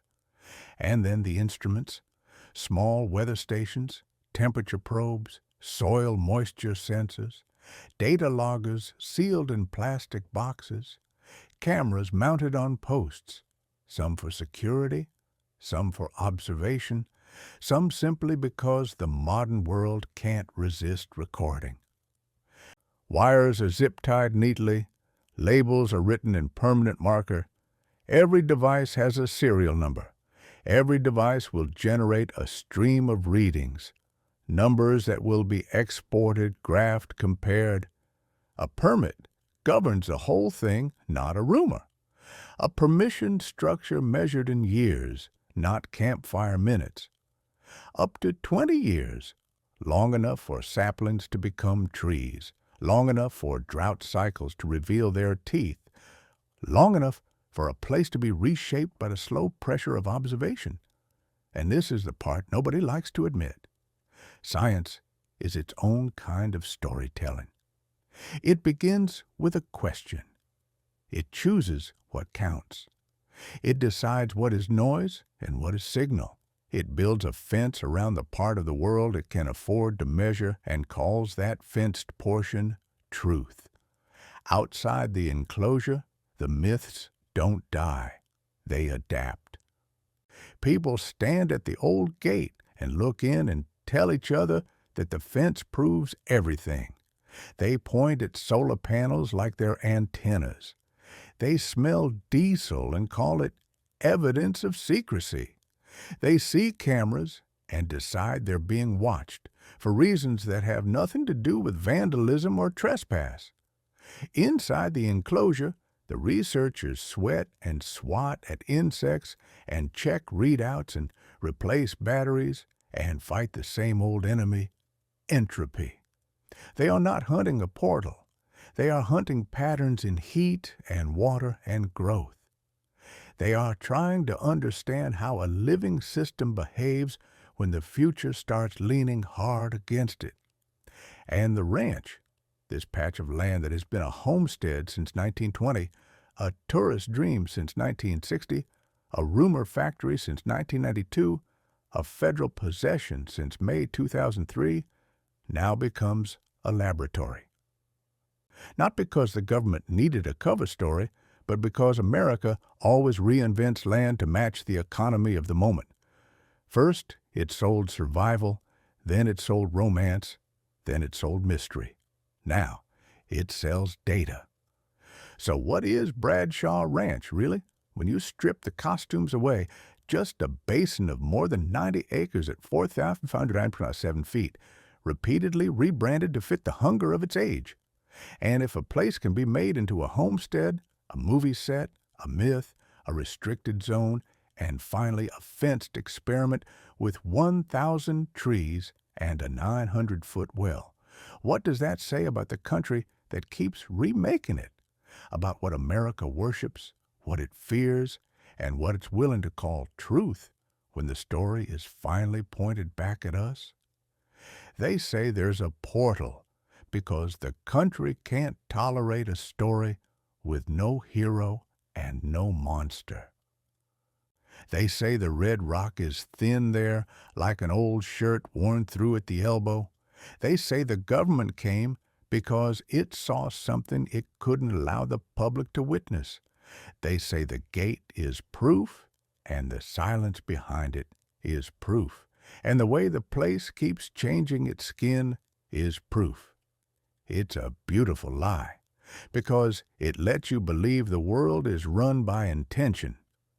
But most of what happens in this country, most of what shapes the land and the lives on it, happens because money moved first, because appetite moved first, because 1,000 small decisions were made by tired people in offices and at kitchen tables, and those decisions piled up until they looked like destiny. Stand at the gate again, not as a thrill-seeker with a drone, not as a mystic with a paperback, just as a human being with lungs and skin and the old, stubborn itch to know what you are not allowed to know. It's early. The air is cold enough to sting the inside of your nose. Sage breaks underfoot and releases its sharp, clean bitterness. Juniper resin hangs in the air like a memory. The red rock above the basin is turning color with the sun, dark at first, then copper, then that deep, arterial red that makes people talk about spirits because they don't have better words for beauty. A chain spans the road, galvanized links pulled tight, a padlock bloomed with rust at the seams, a sign in federal language stripped of all romance, closed, restricted, authorized personnel, the grammar of ownership, the grammar of no. Behind that chain sits more than 90 acres, 90-some depending on whose map you trust, at roughly 4,527 feet, about 12 miles west of Sedona. A basin held between Loy Canyon and Hartwell Canyon, like something the earth wanted to keep to itself. And if you could walk in, if you could push past the lock and the law, you would find the layers of America stacked there like sediment.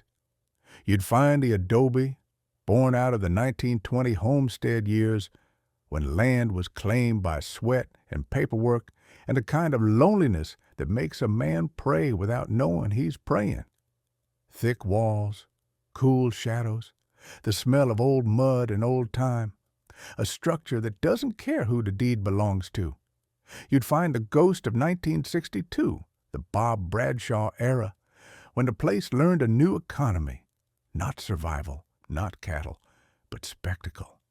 A stuntman's understanding of the West as something the nation wanted to consume.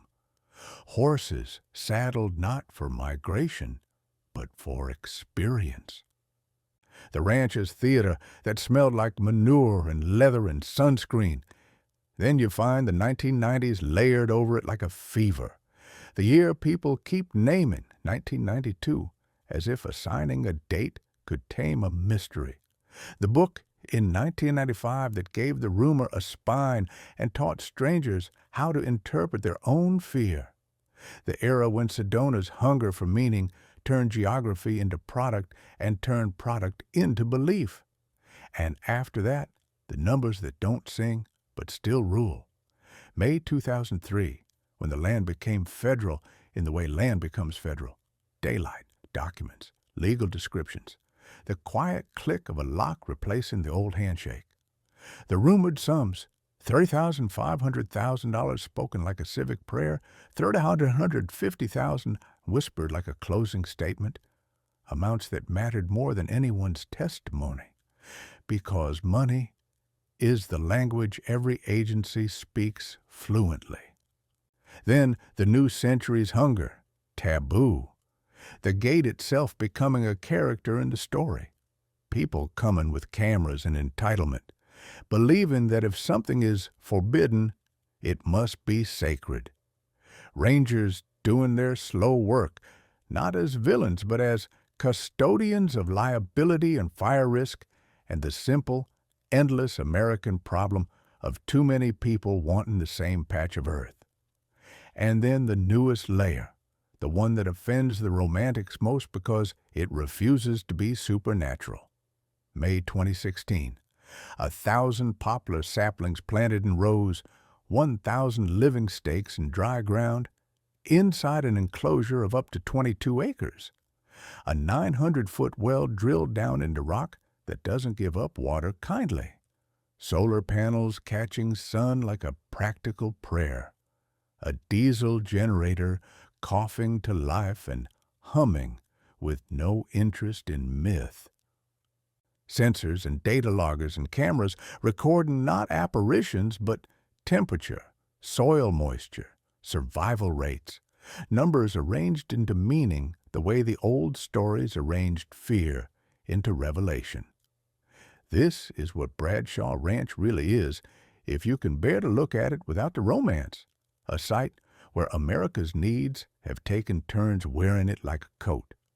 First, the need to possess land, 1920, the old bargain, improve it and it's yours, as if yours were a natural condition. Then the need to sell a past, 1960, the West as entertainment, the frontier as a weekend rental. Then the need to sell the unseen, 1992 and after, the country's ancient habit of turning uncertainty into religion and religion into commerce. Then the need to regulate, May 2003, the state doing what it always does when attention becomes dangerous. It controls access and calls that control stewardship. Then the need to measure a future. May 2016, the land pressed into service as a laboratory because the climate doesn't care about legends, and the agencies don't care about legends, and the drought doesn't care what you believe. And in every era, the so-called great figures, the homesteader, the stuntman, the author, the officials, stand in front while the real building happens behind them. The hands that mix the adobe, the wranglers who kept tourists from breaking their necks, the workers who mended fences, hauled feed, answered phones, cleaned up trespassers' trash, the researchers who planted those 1,000 saplings one hole at a time, the rangers who keep the gate closed not because they're guarding a portal, but because they're guarding a system that cannot afford chaos. That's the mirror, if you're willing to use it.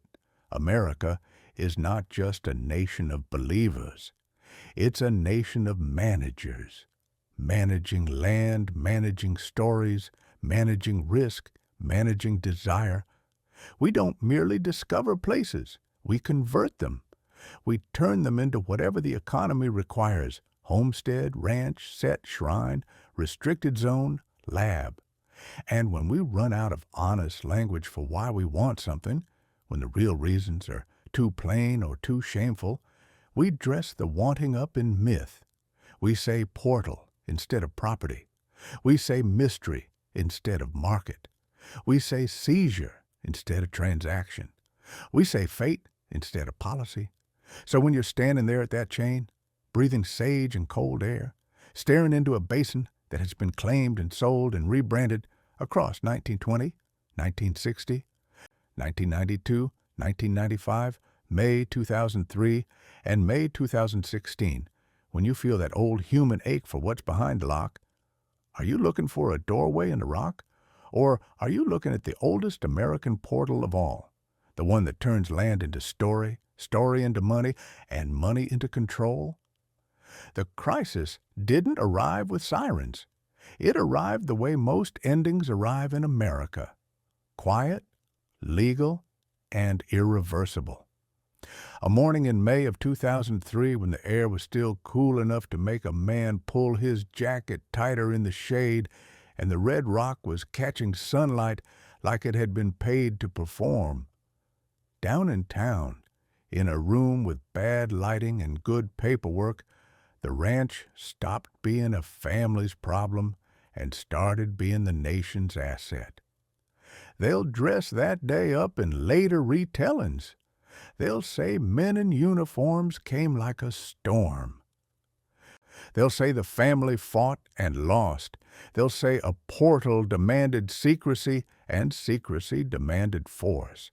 But the real violence is slower.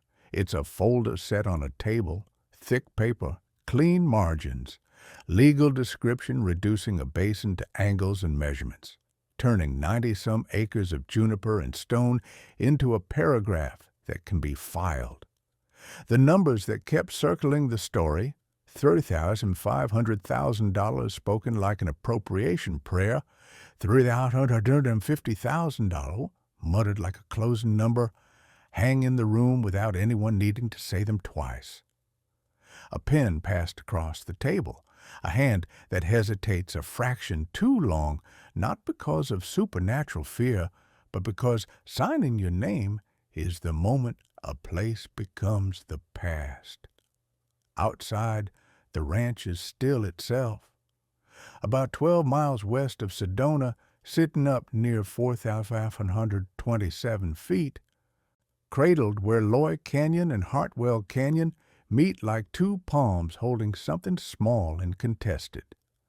The adobe is still there, thick-walled, born from the 1920 homestead era when people believed they could make land behave if they worked hard enough.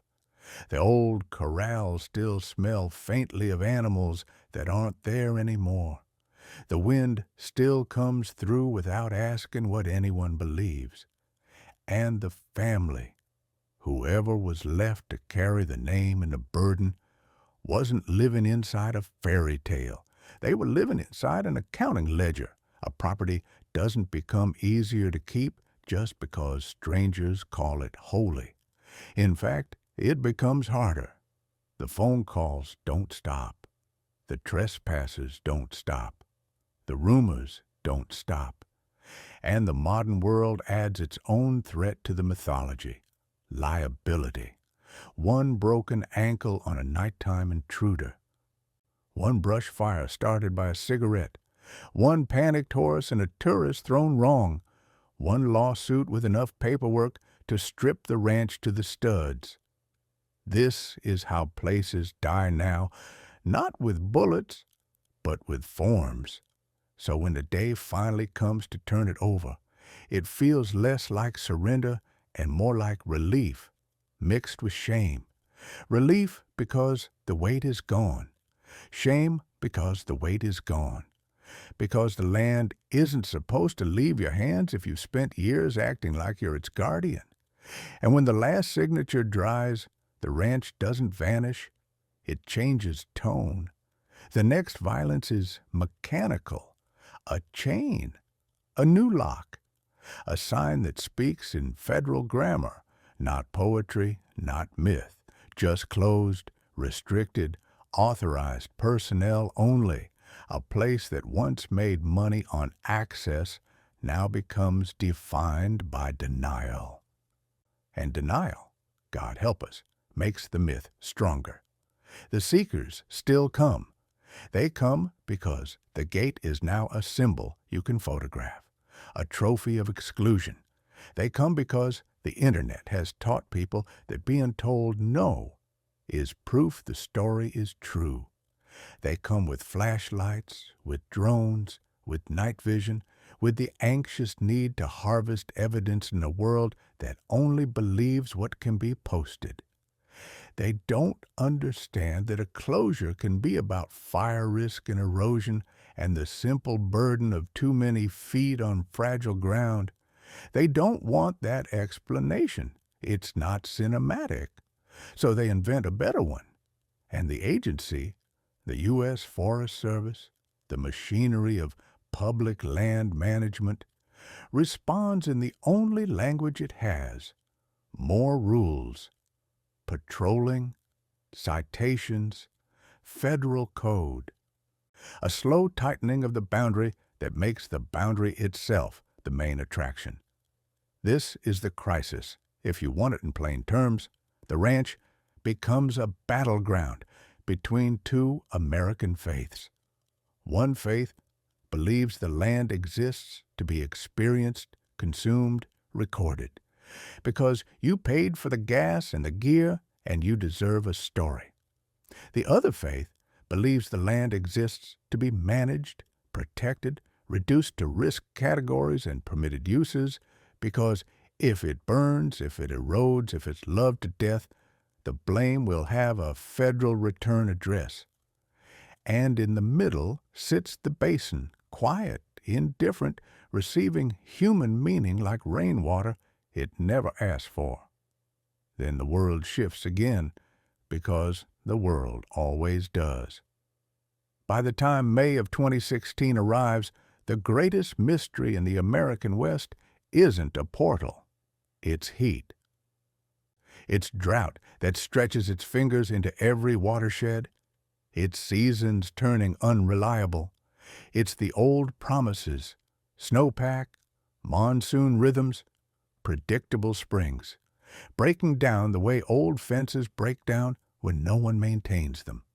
The country starts to fear the future in a way it can't romanticize.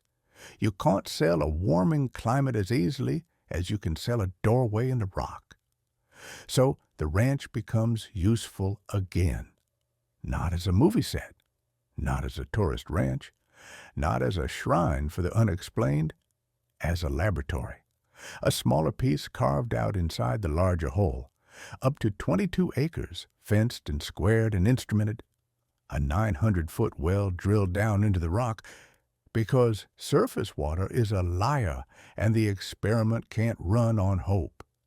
A diesel generator that starts with a cough and then hums like a confession, because solar panels alone aren't enough, and the modern world still worships reliable power. And 1,000 poplar saplings set into the soil, 1,000, each one planted by hands that won't be remembered by the myth makers. This is reinvention without romance. A researcher kneels in the dirt with a sapling between his hands, roots like pale hair, and he does not ask if it's sacred ground. He asks if it will survive. He checks soil moisture sensors. He reads temperature logs. He replaces a battery. He tightens a cable tie. The work is small and endless and honest, in the way honest work often is. It doesn't care what story you wanted. And still, outside the fence, the old hunger persists. People look at the solar panels and call them antennas. They smell diesel and call it secrecy. They see cameras and decide they're being watched for reasons that have nothing to do with vandalism or theft. They point to the fence and say, "You don't fence off nothing." But the truth is, you do. You fence off fragile things. You fence off experiments. You fence off land that has become too famous for its own good. You fence off the part of the world you can afford to measure, because measurement is the only kind of control the future still allows. So the ranch survives by changing its skin, the way a snake survives by shedding what no longer fits. Homestead in 1920, spectacle in 1960, myth in 1992, and scripture in 1995. Federal silence in May 2003, data in May 2016. America remaking a place again and again, never admitting the remaking is the point. And then we come back to the gate, because all American stories, if they're honest, end at a boundary. Early morning again, the same air, cold in the shade, warming fast where the sun touches rock. Sage crushed underfoot, sharp and clean. The same juniper resin. A raven somewhere making that hinge sound like the world opening and closing. The chain is still there. The lock is still there. The sign is still there, speaking its blunt language into the desert. And behind it, the basin holds its layers like a body holds its scars. Adobe in quiet defiance. Old corrals leaning into time. A fenced enclosure where machines sip data from the soil. A place that people insist is a doorway, when the only doorway that consistently matters is the one made of law and money and permission. You can stand there and hate it. You can stand there and thrill to it. You can stand there and tell yourself the real story is hidden behind that chain, waiting for the brave. Or you can accept the harsher truth that the gate is the story, that what was seized, whether by sale, by pressure, by policy, was not some shimmering tear in reality. It was access. It was narrative control. It was the right to decide who gets to stand where the witness stands and call what they see truth. And if that's the case, if the only reliable portal in this whole tale is the one that turns land into story, story into money, and money into control, then tell me, when you reach for the lock, are you trying to open a doorway in the rock? Or are you trying to open the oldest American door of all, the one that leads straight into the machinery that decides what you're allowed to believe?